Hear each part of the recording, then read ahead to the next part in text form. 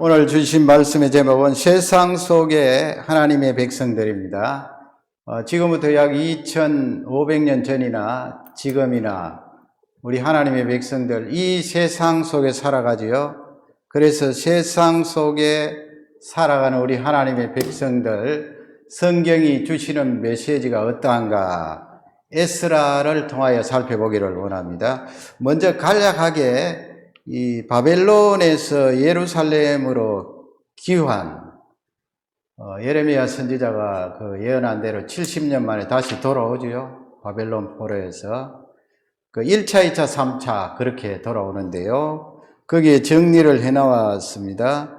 1차 귀환은 주전 537년입니다. 스룹바벨이라는 사람 알죠, 여러분? 스룹바벨, 예수와 이렇게 유대 쪽에 이 지도자들이 사람들을 이끌고 돌아오는데 약 42,000명 그렇게 해서 돌아옵니다. 2차는 이제 시간이 훨씬 지났어요. 거기 연대가 나와 있는데요. 주전 5세기입니다.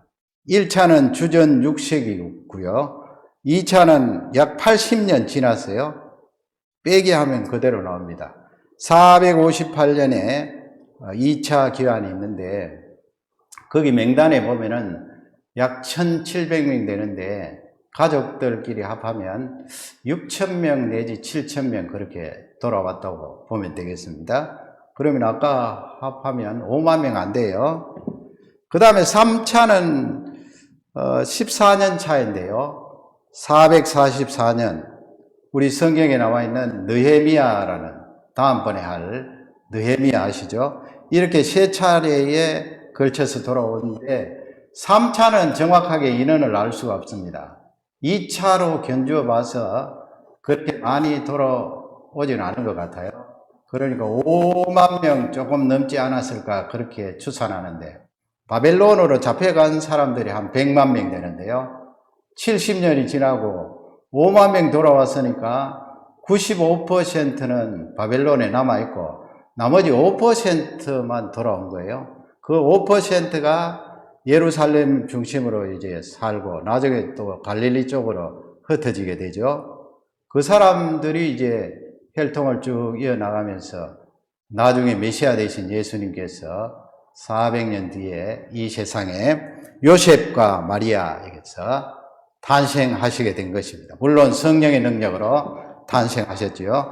그 다음에 보시면 이 에스라라고 하는 이 인물 왜 이 인물을 알아야 되는가 하면 지난번에 역대기 할 때도 그 저자가 에스라가 아닌가 그렇게 추정한다고 그랬죠.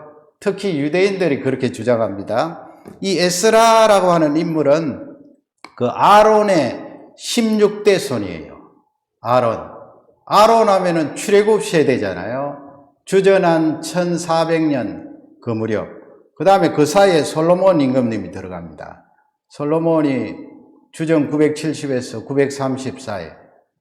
거기까지 8대고, 그 다음에 이 솔로몬에서 지금 이 에스라까지 8대에서 16대예요, 16대. 여러분 잘 아시는 대로 이 아론의 후손들은 누구예요? 대제사장 아닙니까?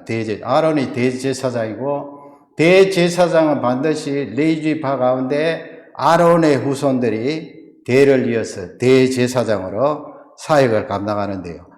이 에스라는 학사이기도 합니다. 제사장 가문이지만은 학사라는 것은 서기관 하는데 뭐 옛날에 동사무소에서 서기 보는 그런 개념이 아니고요. 이 율법을 깊이 연구하는 그런 학자예요. 그러니까 학사 그렇게 부르기도 합니다. 하나님께서 이렇게 에스라 제사장 가문에 또 율법학자인 에스라를 들어 쓰셔서 역대기도 기록하고 지금 이 에스라 느헤미야의 저자가 에스라일 것이다 그렇게 이야기하는데 우리는 복잡하게 생각하지 말고 그렇다 그냥 받아들이면 됩니다.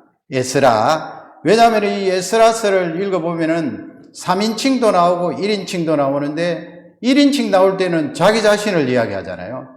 그러니까 에스라로 보면 되고요. 그러면 그 다음 장면에 보시면 에스라서에 대해서 이제 정리를 합니다. 1장에서 6장은 에스라 당대가 아니고 아까 말씀드린 대로 80년 전 1차 기환하고 거기 명단이 쭉 나와요. 1차 기환하고 그 다음에 성전 건축에 대해서 6장까지 기록을 하고 있고요. 얼마나 귀한 자료예요. 그 다음에 7장에서 10장은 2차 기환 458년 해서 에스라가 2차로 같이 왔고 그 다음에 에스라의 그 사역을 10장까지 기록하고 있습니다. 이렇게 딱 정리를 하고 에스라서를 읽으면 쏙 들어오게 되어 있어요. 그러니까 연대를 여러분 알 수 있잖아요. 언제 기록했는가. 주전 458년 이후 그 몇 년 사이에 기록했을 것이다. 그렇게 보면 되겠습니다. 오늘 두 가지 이 에스라서를 통하여서 주신 말씀을 정리할까 합니다. 세상 속에 살아가는 우리들, 세상 속에 살아가는 이 바벨론 포로로 잡혀갔던 유대인들, 유다 지파와 베냐민 지파, 세상 속에 살아가니까 그냥 숫자도 얼마 되지 않고 외롭고 힘들었을 것이다. 외롭고 힘들죠. 우리 예수 믿는 사람도 뭐 이 세상에 전체 다 예수 믿는 것도 아니고요. 이 세상 속에 살아가면 힘들고 외로울 때가 있죠. 인간적으로 보면 아무리 하나님을 의지하고 믿는 믿음이 있어도 한순간 그런 마음이 들 때가 있어요. 그런 우리들을 향하여서 하나님이 주시는 말씀은 절대 주권을 가지고 계신 분이 이 우주에 존재한다. 그분이 바로 우리가 섬기는 하나님 아버지시다 하는 것을 2500년, 2400년 전에 에스라서를 통하여 우리에게 알려주고 계세요. 절대 주권이라는 것은 누구에게 양보하지 않는다는 거죠. 이건 하나님은 그냥 다른 존재에 비교할 수 없고 너무나 이 우주의 절대적인 존재로서 이 지구에 돌아가는 역사를 하나님의 의지와 뜻대로 운행하신다 하는 그것을 우리에게 알려주고 있어요. 우리가 이 세상에 살면서 또 이 이념 체계라든지 이 땅 위에 얼마나 하나님과 대적하는 그런 세력들이 많습니까? 근래에는 또 이 공산주의자들이 다 1990년대에 사라진 줄 알았더니만은 고개를 들고 자꾸 일어나잖아요. 이런 상황 속에서 절대 주권자이신 하나님께서 그때나 지금이나 여전히 살아계셔서 우리와 함께 하신다는 그 말씀을 놓치지 말라는 거예요. 에스라스가 그것을 강조하고 있는데 지난번에 여러분 역대하 36장에 우리가 잠시 읽은 적이 있죠. 에스라 1장 1절에 보면은 그 내용이 겹쳐요. 똑같이 나와요. 그러니까 역대하 저자나 에스라 저자가 에스라일 것이다 그렇게 말하는데 1장 1절 보시면 그때 내용하고 같잖아요. 바사왕 고레스라고 되어 있어요. 거기 바사는 페르시아, 지금으로 말하면 좀 달라졌습니다만 이란입니다. 이란. 바사왕 고레스 원년 첫 번째 왕이 되던 그 해에 여호와께서 예레미야 선지자에게 주셨던 말씀을 이루시려고, 그 말씀을 이루게 하시려고 그렇게 되어 있죠. 이 말씀이 이 우주 역사를 절대적으로 주권을 가지고 지배하시고 이끌어 나가시는 분이 하나님이다 하는 것을 알려주고 있어요. 페르시아의 고레스는 이방 나라 사람이잖아요. 하나님을 섬기지 않는 사람이에요. 그가 하나님에 대한 신앙을 조금 가지고 있더라도 근본적으로는 이방 사람이잖아요. 그럼에도 불구하고 하나님께서 그 황제의 마음을 이끌어 나가시고 섭리하신다는 것을 말씀하고 있어요. 거기 보면 하바절에 보면 바사왕 고레스에 어떻게 했다고요? 마음을 감동시키심에 그랬어요. 하나님께서 그 이방 사람의 왕의 마음을 주무르고 계신다. 섭리하고 계신다. 우리 하나님이 하나님의 백성들만 간섭하고 이끌어 나가시는 것이 아니고 이렇게, 그러니 여러분 이 말씀을 보면 아무리 지금 득세를 벌이고 공산주의자들이 다시 싹이 트고 우미 트고 솟아난다 그래도 꼼짝 말아요. 꼼짝 마라. 하나님께서 그들의 마음을 주무르고 계시고 섭리하게 계시고 이끌어 나가신다 하는 것을 이 말씀을 통하여 우리는 틀림없이 알 수가 있습니다. 온 나라에 공포도 하고 조서를 내렸어요. 기가 막힌 말씀이에요. 그래서 제가 이 역사적인 자료를 준비해 봤는데 사이러스라고 그러죠. 사이러스 실린더라고 그러는데 고레스 황제의 실린더가 있는데 이게 1879년에 발견을 했어요. 1879년이니까 지금부터 한 240년 전에 발견을 했는데 그림을 한번 보세요. 저게 이 점토로 만들어서 이렇게 둥글게 원 기둥처럼 이렇게 만들었기 때문에 실린더라고 그래요. 저기에 빽빽하게 서령 문자로 이렇게 기록되어 있는데 두 가지 내용으로 기록되어 있어요. 앞쪽의 내용은 이 페르시아 고레스가 바벨론 제국을 무너뜨리고 대제국의 황제가 되었으니까 자기를 신격화해서 신화 비슷하게 있었던 그 역사적인 사실을 꾸며서 그렇게 기록한 것이고 우리가 중요하게 보는 것은 뒷부분이에요. 이 원통의 뒷부분에 뭐가 기록되어 있는가 하면 지금 이 고레스 왕이 원년에 자기가 다스리고 있는 온 족속들을 다시 자기 나라로 보내는 것이 여기 기록되어 있다고요. 성경하고 딱 맞아떨어져요. 얼마나 기가 막힌 말씀. 바벨론 제국은 어떻게 나라를 다스렸는가 하면 잘 아시는 대로 어느 나라를 민족을 딱 정복하면 그 민족을 포로로 잡아갔어요. 그리고 그 바벨론에 살도록 물론 거기에는 이렇게 귀족이라든지 높은 사람 또 지식이 있는 사람 잡아간 거예요. 다 그렇게 잡아갔는데 거기에 유대인들이 포함된 거고 지금 이 페르시아의 고레스는 반대예요. 반대. 그래서 바벨론에 의해서 포로로 잡혀왔던 그 민족들을 다시 돌려보내는 거예요. 다시. 그 가운데 유다 백성들이 포함되어 있는데 그러면 그 고레스가 그렇게 바벨론과 정반대로 정책을 하게 된 이유가 어디에 있는가? 성경은 말하잖아요. 하나님께서 그의 마음을 휘저어서 바벨론과 정반대로 다시 돌려보내면서 너희들이 섬기는 신을 섬겨라. 그래서 여러분 거기 2절 말씀 보세요. 2절. 우리 2절을 1장 2절을 다 같이 읽겠습니다. 바사왕 고레스는 말하노니 하늘의 하나님 여호와께서 세상 모든 나라를 내게 주셨고 나에게 명령하사 유다 예루살렘의 성전을 건축하라 하셨나니. 아멘. 하나님께서 그에게 감동시키면서 신앙도 좀 주신 것 같아요. 이방 사람이지만은 거기 보면 하나님 여호와께서 세상 모든 나라를 내게 주셨고 그랬잖아요. 이 넓은 땅을 내게 주셨고 그 다음에 나에게 명령하셨다. 나에게 명령하셨다. 그래서 성전을 건축하라. 그 명령 속에 성전을 건축하라는 그 말씀을 받았다. 그런 내용이에요.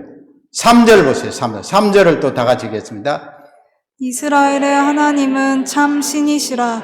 너희 중에 그의 백성 된 자는 다 유다 예루살렘으로 올라가서 이스라엘의 하나님 여호와의 성전을 건축하라. 그는 예루살렘에 계신 하나님이시라.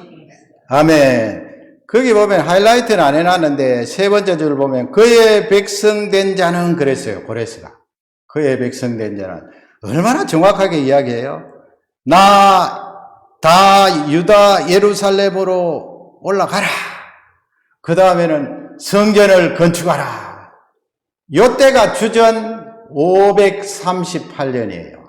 그래서 거기에 이제 유다 백성들이 1년 동안 준비하고 해서 1차로 귀환한 연대가 주전 537년. 성경 말씀이요. 정확해요.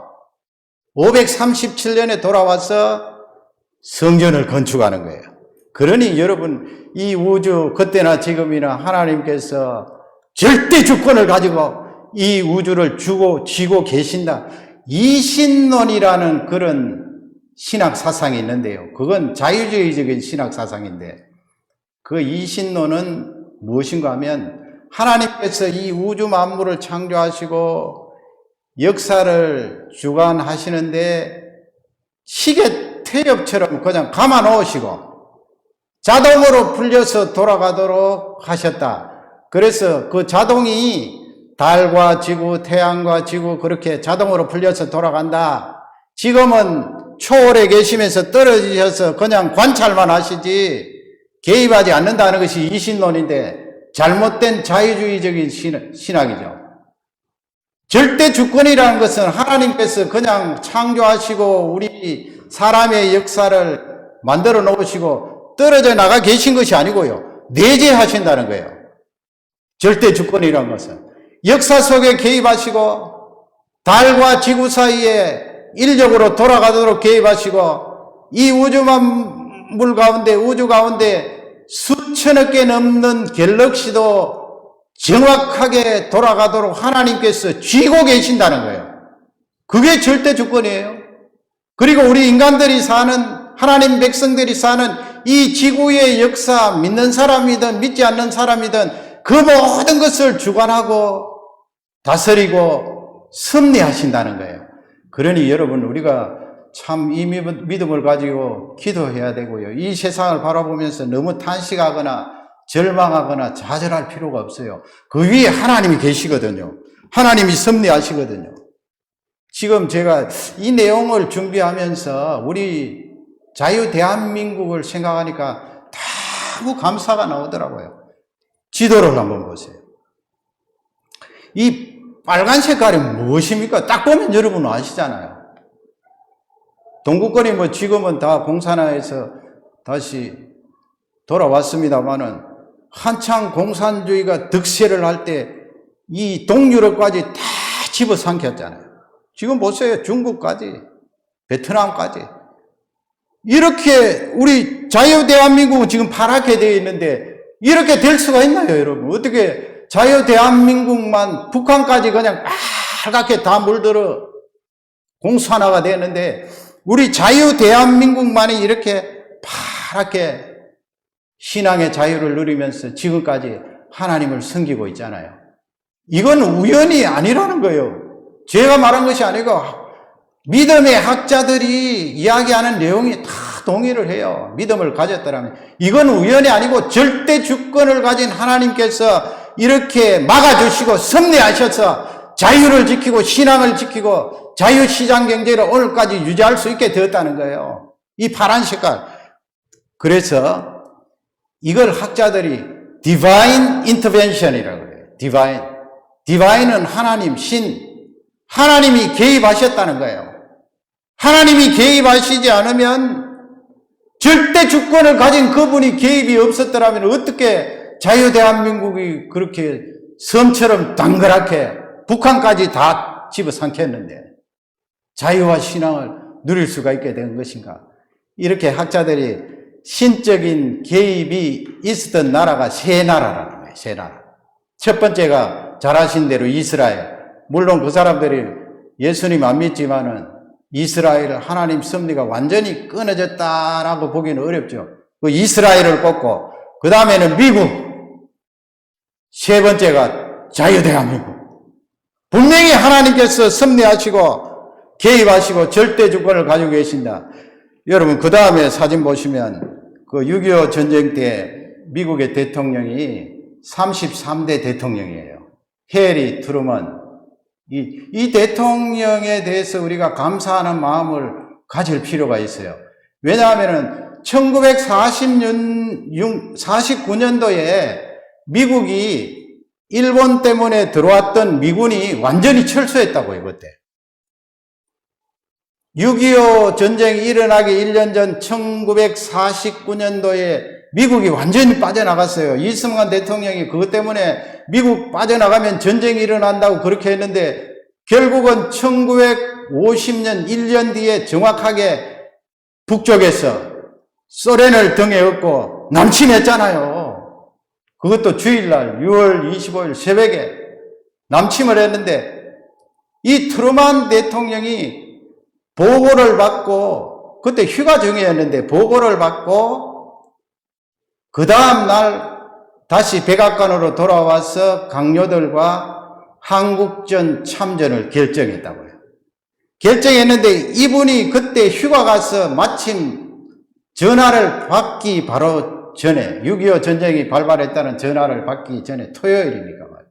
그때 읽었던 책이 무엇인가 하면 조그마한 전쟁도 무시하면은 결국 그것이 큰 전쟁이 된다 하는 그 책을 읽고 있었어요. 그런데 보고를 딱 받은 거예요. 그때 이 옆에 누가 또 있습니까? 그림 보시면. 그 이미 소천하신 빌리 그레암 목사님, 그때 젊을 때죠. 전보를 보낸 거예요. 트루만 대통령에게. 전보의 요지는 남한의 대한민국에 수없이 많은 크리스찬들이 있다. 각하. 그러니 꼭 전쟁에 참여해서 공산주의자들을 막아야 됩니다.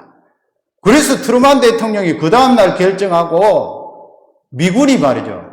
일본에 미군이 주둔하고 있었으니까 미군이 7월 1일 날 부산에 도착한 거예요. 7월 1일 날. 그렇게 그 외국 군대가 빨리 올 수가 없어요, 여러분. 하나님이 개입하신 거예요. 7월 1일 날 미군이 도착해서 우리가 잘 모르는 내용이죠, 이 부분이에요. 1950년 7월 5일 날 이 도착한 미군이 그때 당시 540명이 뭘 하는가 하면 그 다음에 그림에 보면 1950년 7월 5일 딱 열흘 뒤에잖아요. 열흘 뒤에 오산이라고 있습니다. 지금 미군 기지 있는 오산 중미령에서 전투를 해요. 이 미국인이 540명이 대전에 도착해서 대전부터 탱크를 끌고 또 무기를 가지고 오산까지 가깝잖아요. 오산 중미령에서 이제 전투를 하는데 그때 당시 북한군 5,000명이 중미령에 진을 치고 있고 이쪽에 우리 미군이 540명 해서 7시간 전투가 일어났어요. 지금 그 박격포 들고 그렇게 군인들, 미군들 7시간 전투가 일어나는데 이 전투에서 미군이 150명 전사예요. 그리고 31명은 어떻게 된지 몰라요. 그러니까 3분의 1이 여기서 전사를 했는데 그때 당시만 해도 이 오산 전투가 미군이 실패한 전투다 그렇게 평가했는데 그 평가가 틀렸어요. 왜냐하면 북한군이 그 전투 때문에 남쪽으로 내려오다가 열흘 동안 수습을 했어요. 정비가 안 되어서 타격을 입은 거죠. 그 열흘이면 굉장한 거예요. 만약 이때 열흘 안 걸리고 그냥 내려왔으면은 영천, 대구, 그냥 부산까지 다 삼켰을지도 몰라요. 하나님이 섭리하신 거죠. 그런데 보세요. 이 유영문에 온 사람 가운데 지금 가족 사진을 하나 보실 텐데 여기에 사진을 보면은 엄마, 아버지 같고 서 있는 사람들은 아들이에요, 아들. 그리고 그 옆에 자매님 있고 이 패밀리는 아들 5명, 딸 1명인데 아들 5명 다가 한국 전쟁에 참전을 했어요. 이런 분들도 있다니까요. 우리가 미국을 향해서 참 사람으로서 감사를 해야 돼요. 그리고 여기에 하나님이 개입하셨다는 것을 우리는 이런 내용을 보면 알 수가 있어요. 어떻게 우리 한국 사람인들 아들 5이 있으면 다 전쟁터에 나가라고 하겠습니까? 이 미국 사람이 한국 가본 적도 없고 한국 사람 만난 적도 없고 어디에 붙었는지도 모르는데 5명의 아들들이 한국전에 들어가서 6.25 전쟁에 동참했다는 것, 이런 내용들을 보면 하나님께서 우리 조국을 향하여서 섭리하시고 절대 주권을 가지시고 공산주의를 막았다 하는 것을 알 수가 있어요. 하나님의 은혜예요. 미군이 와서 여러분 사망자만 37,000명 아니에요. 하나님의 섭리가 아니면 어떻게 한 나라를 위하여 그렇게 많은 생명을 내어줄 수가 있나. 그래서 성경에 보면 하나님의 절대 주권에 대해서 골로새서 1장 16절입니다. 거기 골로새가 빠졌네요. 골로새서 1장 16절인데 우리 예수 그리스도, 예수님께서 십자가에 죽으시고 부활하시고 성천하시면서 성부 하나님께서 성자 예수님에게 절대 주권을 주셨잖아요. 그 부분에 대해서 사도 바울은 성령의 감동으로 이렇게 적어요. 골로새 1장 16절 다 같이 우리 한 음성으로 읽겠습니다. 만물이 그에게서 창조되되 하늘과 땅에서 보이는 것들과 보이지 않는 것들과 혹은 왕권들이나 주권들이나 통치자들이나 권세들이나 만물이 다 그로 말미암고 그를 위하여 창조되었고. 아멘. 거기 두 번째 줄 보면 보이는 것들과 보이지 않는 것들과 모든 것에 주권을 가지고 계신 분이다. 그리고 거기 보면은 어떤 내용이 있습니까? 왕권 있죠. 왕권들이나 주권들이나 통치자들이나 권세들이나 이 땅 위에 하나님을 믿지 않는 나라, 하나님을 믿지 않는 왕들이라도 하나님께서 절대 주권을 가지고 그들을 다스리고 지배하시고 이끌어 나가신다는 것을 우리에게 알려주고 있습니다. 이 크신 하나님이 나를 역시 이끄시고 은혜를 더하여 주시는 줄 확신합니다. 6.25 전쟁에 대해서는 그 외에도 너무나 많아요. 하나님이 간섭하셨구나. 절대 주권을 가지고 자유대한민국을 세워주셨구나 하는 것을 우리는 잘 알 수가 있습니다. 두 번째로 세상 속에 살아가는 하나님의 백성들에게 힘을 주시는 말씀은 방해와 완성이라는 거예요. 방해와 완성. 완성은 듣기가 좋은데 앞쪽에 방해가 좀 걸리죠. 방해. 하나님의 백성들이 엉뚱한 일을 하겠어요? 지금 유다 백성들도 돌아와서 가장 중요한 일이 무엇입니까? 하나님께 예배드리는 성전을 건축하는데 방해가 있다는 거예요. 이상하지 않아요, 여러분? 하나님의 백성들이 그렇게 힘쓰면서 하나님 앞에 제사드리고 예배드릴 그 전을 건축하는데 왜 하나님께서 방해를 처음부터 다 제거하시지 않고 이 방해를 받도록 하셨는가? 그러나 그 뒤는 또 완성이라는 말씀이 있어요. 이것이 현대에 사는 우리에게도 동일하게 적용되는 줄 확신합니다.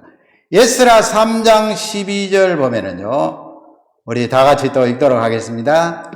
제사장들과 레위 사람들과 나이 많은 족장들은 첫 성전에 보았으므로 이제 이 성전의 기초가 놓임을 보고 대성통곡하였으나 여러 사람은 기쁨으로 크게 함성을 지르니. 아멘. 거기 보면은 세 번째 줄 끝에 보면은 성전의 기초가 놓임을 보고 그랬습니다. 기초를 이제 나왔어요. 그러니까 주전 537년에 돌아와서 1년 뒤에 성전의 기초를 놓았는데 536년. 그때 성전 기초를 놓으니까 오래된 사람들, 바벨론 포로로 잡혀가기 전에 그분들이 살아있었던 분들은 대성통곡을 하고. 왜 통곡을 하겠어요? 옛날에 솔로몬 성전 무너졌던 거 체험했고, 죄 때문에 그렇게 하나님 앞에 징계를 받았다는 거 알고, 지금 제2성전 기초석을 놓으니까 대성통곡이 나오지 않겠어요. 회개하는 마음도 있고 감격스러운 마음도 있고 대성통곡을 하고, 또 다른 사람은 어때요? 여러 사람은 기쁨으로 크게 함성을 질렀다. 기뻐하면서 하나님을 찬양하고 그 기쁨을 표현했다. 기초석을 이제 놓아서, 기초석 놓으면 금방 올라가잖아요. 몇 년, 3년, 4년. 솔로몬 성전처럼 그렇게 화려하지도 않은데. 그런데 보세요. 4장 3절에 보면, 스룹바벨과 예수와 우리 돌아온 유다 족속들 대표라고 그랬죠. 스룹바벨. 그 스룹바벨과 예수와 기타 이스라엘 족장들이 이르되 우리 하나님의 성전을 건축하는데 너희는 우리와 상관이 없느니라 그랬어요. 거기 너희는 누굴까요? 너희는. 그러니까 그 앞쪽에 누가 와서 우리도 성전을 짓겠다 했나 봐요. 그 사람들이 바로 사마리아에 살았던 사람들. 주전 722년에 북쪽 이스라엘이 멸망할 때 그때 아시리아 나라가 정책적으로 다른 데 사는 그 이방인들을 다 불러 모았어요. 북쪽 이스라엘에 사마리아를 중심으로 갈릴리 주변에 그렇게 불러 모으니까 이 북쪽 이스라엘의 10지파가 서로 통혼을 했어요. 통혼을 하니까 이 사마리아에는 이미 이스라엘 혈통이 없어진 거예요. 그리고 우상을 섬기게 된 거예요. 그 사람들이 와서 성전 짓는데 우리도 동참하겠다 하니까 성전 다 지어 놓으면 우상이 성전 안에 들어올 수 있으니까 예수아와 스룹바벨이 노한 거예요. 그 말씀이 3절 뒷부분에 너희는 우리와 상관이 없다. 성전 건축하는데 떨어져라. 이렇게 하니까 북쪽 이스라엘에 있던 사마리아 사람들이 가만히 있겠어요? 그때부터 이제 방해를 하는 거예요. 에스라 4장 4절 이로부터 그 땅 백성이 유다 백성의 손을 어떻게 했다고요? 손을 약하게 그 건축을 방해해야 돼. 짓지 못하게 했다는 거예요. 방해하기 시작했어요. 4장 5절에 보면은 연대를 알 수가 있어요. 4장 5절 다 같이 읽겠습니다. 바사왕 고레스의 시대부터 바사왕 다리오가 즉위할 때까지 관리들에게 뇌물을 주어 그 계획을 막았으며 지금 왕조가 아니고 왕이 두 번 바뀌었는데 고레스 그 다음에 다리오. 그리고 여러분 생각해 보세요. 고레스 지나고 다리오 시간이 상당히 지났구나 하는 것을 알 수가 있죠. 이 사마리아 사람들이 뇌물을 주어서 관리들 꼬드기고 또 편지를 왕들에게 보내고 하니까 성전을 지을 수가 없어요. 그 계획을 막았으며 그랬어요. 4장 24절 중단되었다는 말씀이 하반절에 나오죠. 24절을 다 같이 읽겠습니다. 이에 예루살렘에서 하나님의 성전 공사가 바사왕 다리오 제2년까지 중단되니라. 아멘. 다리오 제2년까지. 다리오 왕이 주전 522년에 왕이 되었거든요. 그러니까 중단되니라 하니까 520년까지 중단되었다 하는 것을 알 수가 있어요. 그 다음 제가 적어놨어요. 성전 건축 중단. 주전 536년에 시작하고 기초석을 놓았는데 놓자마자 방해를 했는데 언제까지? 주전 520년까지. 몇 년이에요? 16년 동안. 16년 긴 기간입니다. 16년 동안 성전을 못 지었어요. 좀 이상하지 않아요, 여러분? 유다 백성들에게 지금 가장 시급하고 신앙 회복에 있어서 절대적인 것이 성전에서 예배드리는 거 아니에요.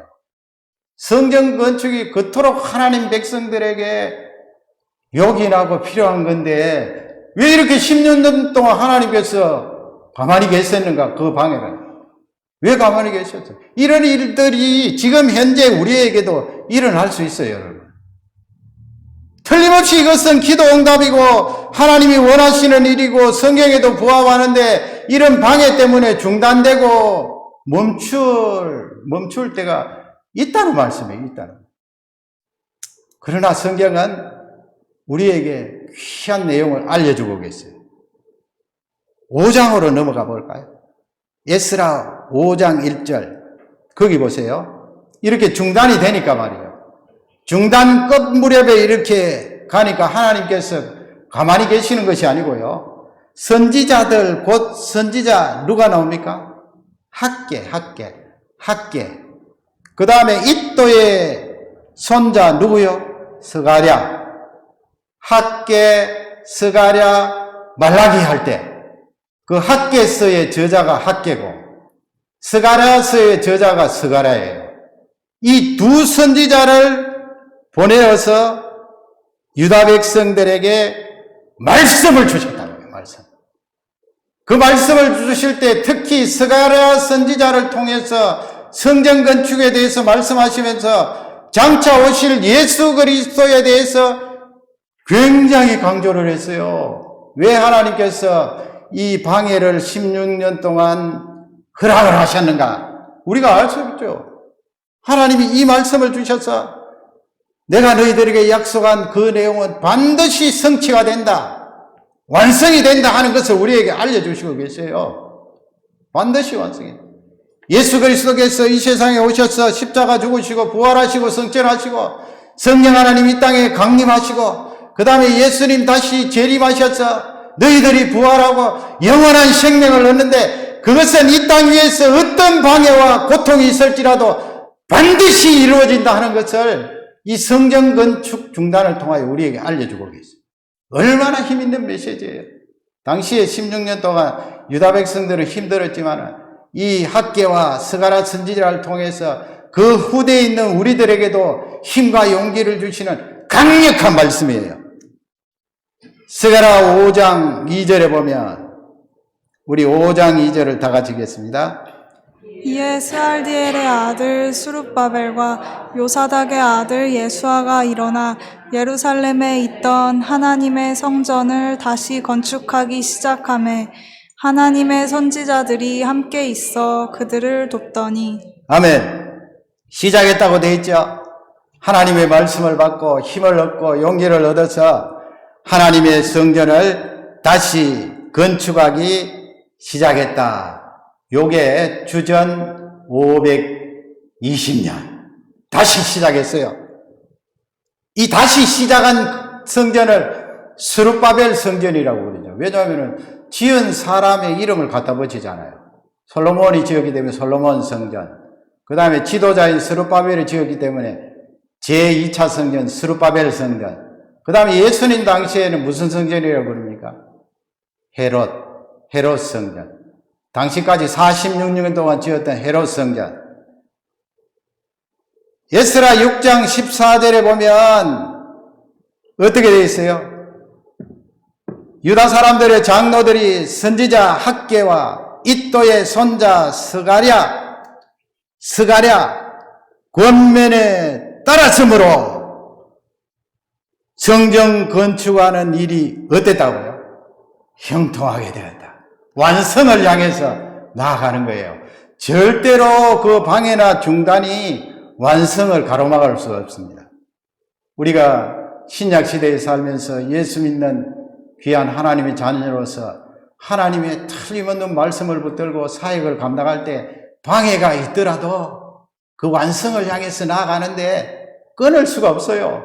잠시 일시적으로는 방해를 받을지 몰라도 계속 나아가고 결국은 완성을 향하여서 하나님께 영광을 돌리는 줄 확신합니다.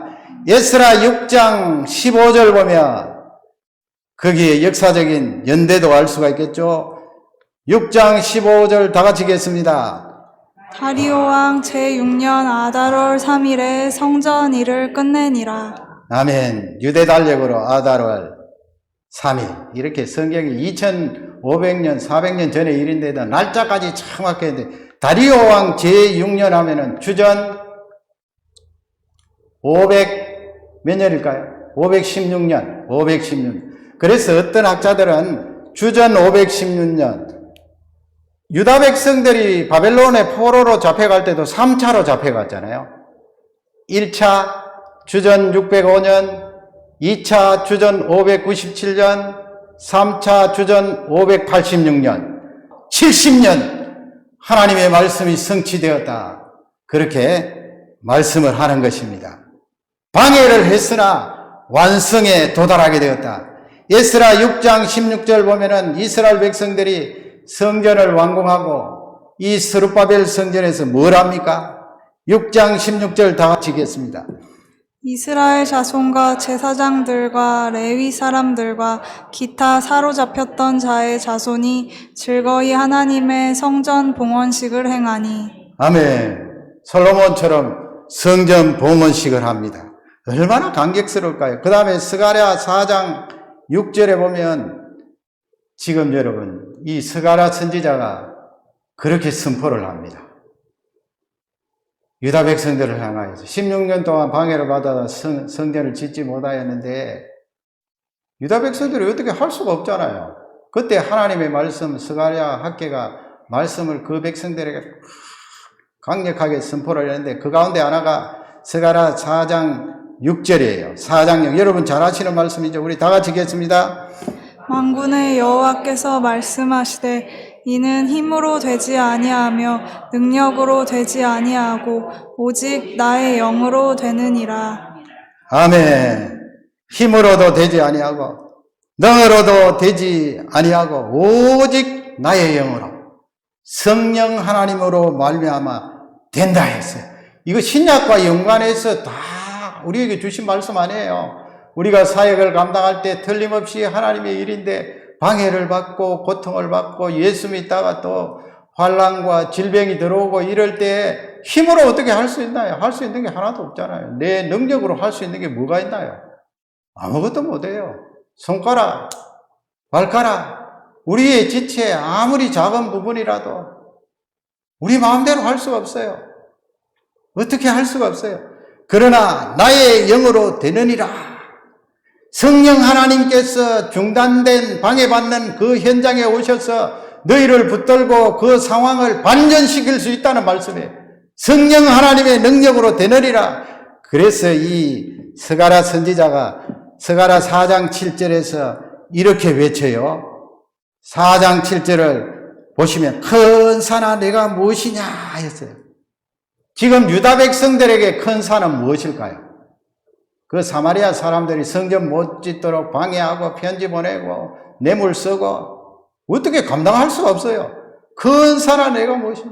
성전 지으려고 하는데 방해하는 그것이 너무나 크기 때문에 유다 백성들에게는 큰 산처럼 태산처럼 느껴져요.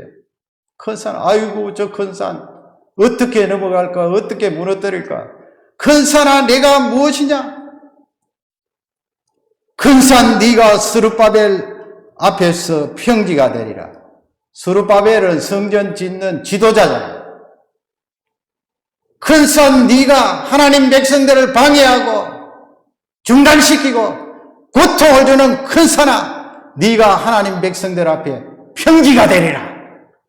어떻게 평지가 될 수 있어요? 성령 하나님이 그곳에 개입하셨어. 능력을 발하시고 그 문제를 해결해 주시고 다시 성전 건축을 재개할 수 있도록 은혜를 주시기 때문에 큰 산아 하나님 백성들 앞에 평지가 되리라. 할렐루야죠. 우리 4장 7절을 다 같이 한번 읽겠습니다. 큰 산아 내가 무엇이냐. 내가 스룹바벨 앞에서 평지가 되리라. 그가 머릿돌을 내놓을 때 무리가 외치기를 은총 은총이 그에게 있을지어다 하리라 하셨고. 아멘. 성경 건축이 완성되었습니다. 그 속에는 성령 하나님이 개입하셔서 역사하셨습니다. 우리가 환난을 당하고 고통을 당하고 어려움을 당할 때 성령 하나님께서 함께 하셔서 능력을 발하셔서 해결해 주셨습니다. 완성에 도달했습니다. 그럴 때 우리는 뭐라고 고백을 합니까? 은총이 하나님께 있습니다. 나에게 받은 이 모든 은총과 은혜는 하나님께로부터 왔습니다. 성령 하나님께서 그 일을 하셨습니다. 그 고백을 하게 되는 것입니다. 여러분 이번 한 주간도 살아가실 때 이 말씀을 기억하시면서 왜 하나님의 백성이라고 고통이 없겠습니까? 아픔이 없겠습니까? 그러나 우리가 나아가는데 반드시 완성할 수 있도록 성령 하나님께서 나를 붙들어 주시고 해결해 주시는 그 능력을 찬양합니다. 이 말씀으로 이번 한 주간도 승리하시기를 주님의 이름으로 축원합니다.